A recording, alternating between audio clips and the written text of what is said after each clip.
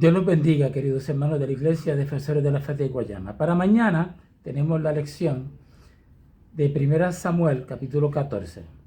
Mañana es el día 3 de julio, víspera del 4 de julio, pues estaremos allí con nuestra lección. Por favor, vamos a empezar ahora dando una breve introducción con un himno a manera de preludio y luego también una introducción general para luego en la clase discutir con los hermanos los pormenores de la interpretación de esta porción bíblica. Y el himno que estaremos tocando será La palabra del Señor es recta.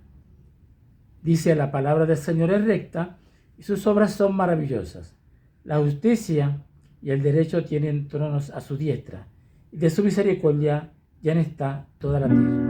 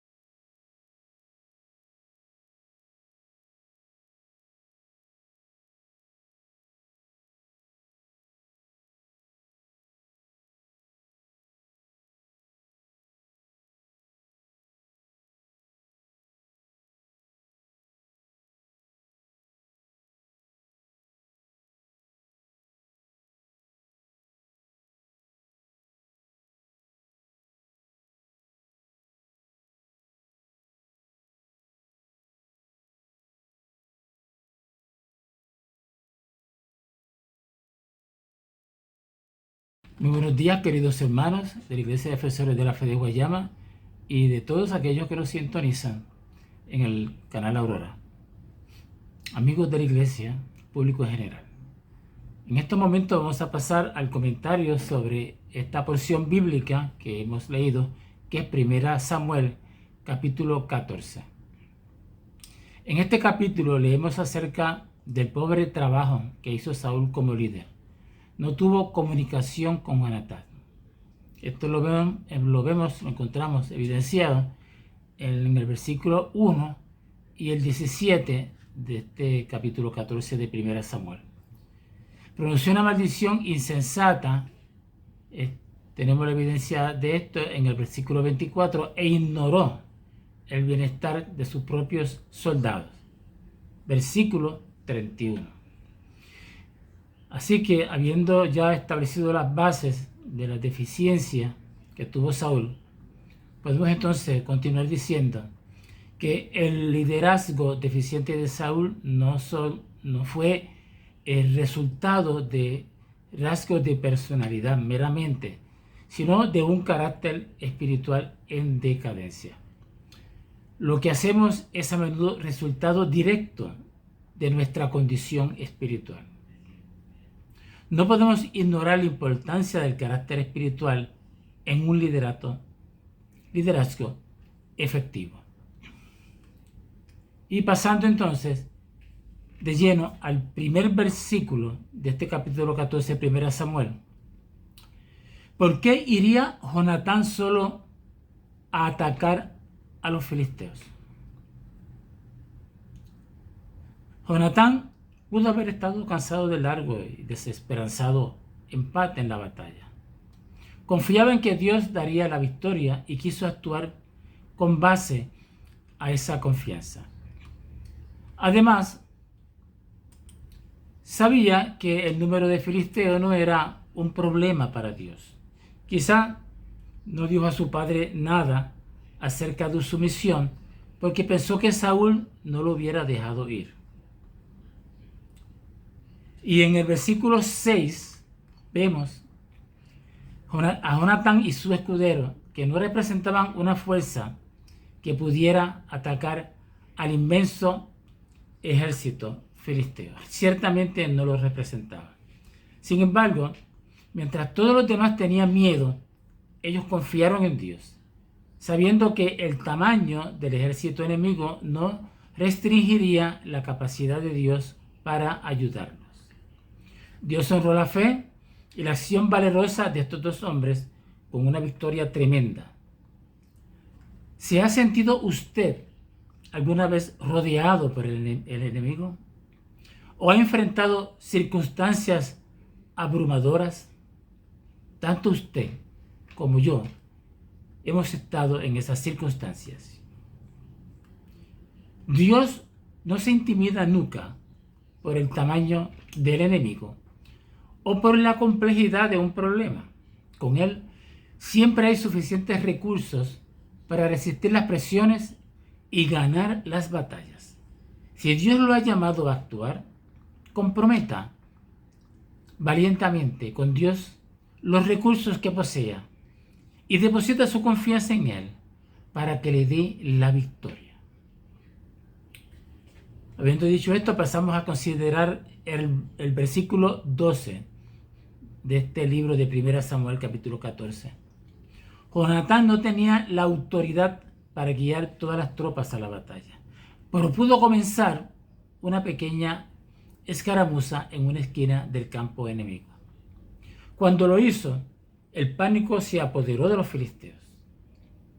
Los hebreos, que habían sido reclutados en el ejército filisteo, hicieron una revuelta, y los hombres que se escondieron en las montañas recobraron su valor y regresaron para pelear. Cuando se enfrenta a un obstáculo que está más allá de su control, pregúntese, ¿qué pasos puedo dar ahora para encontrar una solución? Quizás unos pocos sean justamente lo que se necesita para echar a rodar la cadena de acciones que lo llevarán a la victoria final. En el versículo 19, la expresión detén tu mano se refiere al uso del Urim y el Tumim, que eran sacados del efod de lino, es decir, el chaleco del sumo sacerdote, como una manera de determinar la voluntad de Dios. Ya esto nosotros lo hemos explicado en lecciones previas, que era este recurso del Urim y el Tumim. Saúl apresuraba las formalidades de recibir una respuesta de Dios para poder adelantarse y entrar en batalla, aprovechando la confusión de los filisteos. En el versículo 24 vemos cómo Saúl hizo un voto sin pensar las implicaciones. Los resultados de esta acción: sus hombres estaban demasiado cansados para pelear. Estaban tan hambrientos que comieron carne cruda que todavía chorreaba sangre, que era contra las leyes de Dios, tal como lo dice el versículo 32 de este capítulo. Y en tercer término, Saúl casi mata a su propio hijo, versículo 42 al 44 de este capítulo. El voto impulsivo de Saúl sonaba heroico, pero tenía sus defectos y sus efectos colaterales desastrosos. Si está en medio de un conflicto, evite hacer declaraciones impulsivas que luego pueda verse forzado a seguir. Saúl, las primeras impresiones pueden ser engañosas, especialmente cuando la imagen creada por la apariencia de una persona se contradice con sus cualidades y habilidades. O sea, el efecto del primer encuentro. Saúl era la imagen visual ideal de un rey, pero las tendencias de su carácter a menudo eran contrarias a las órdenes de Dios para un rey. Saúl fue el líder escogido de Dios, pero esto no significaba que fuera capaz de ser rey por sí solo durante su reinado. Y cuando obedeció a Dios, Saúl tuvo grandes éxitos. Sus grandes fracasos surgieron cuando actuó por su propia cuenta. Saúl tenía la materia prima para ser un buen líder: apariencia, valor y acción. Incluso sus debilidades pudieran haber sido utilizadas por Dios si Saúl las hubiera reconocido y puesto en las manos de Dios. Sus propias decisiones lo separaron de Dios y a la larga lo separaron hasta de su propio pueblo.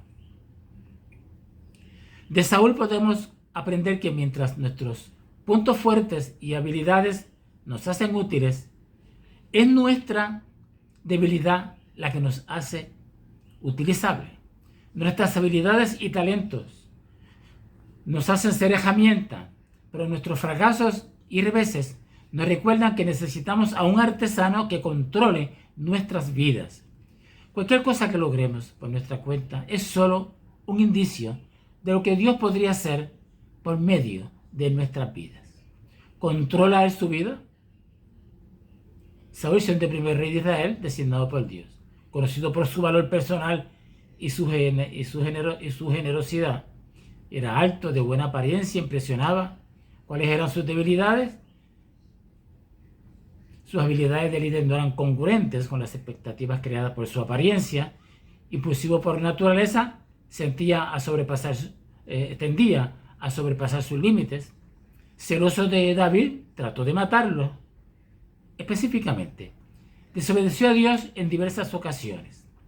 Las lecciones de su vida son que Dios quiere la obediencia que sale del corazón, no meros actos de un ritual religioso. La obediencia siempre significa sacrificio, pero el sacrificio no siempre es obediencia. Dios quiere utilizar nuestras fuerzas y nuestras debilidades. La debilidad nos debe ayudar a recordar nuestra necesidad de la guía y ayuda de Dios. Hermanos, Dios los continúe bendiciendo y que esta lección nos sirva de inspiración, de guía, para nosotros poder tomar las acciones, las decisiones correctas en nuestra vida de cristiana y en nuestra labor en la viña del Señor.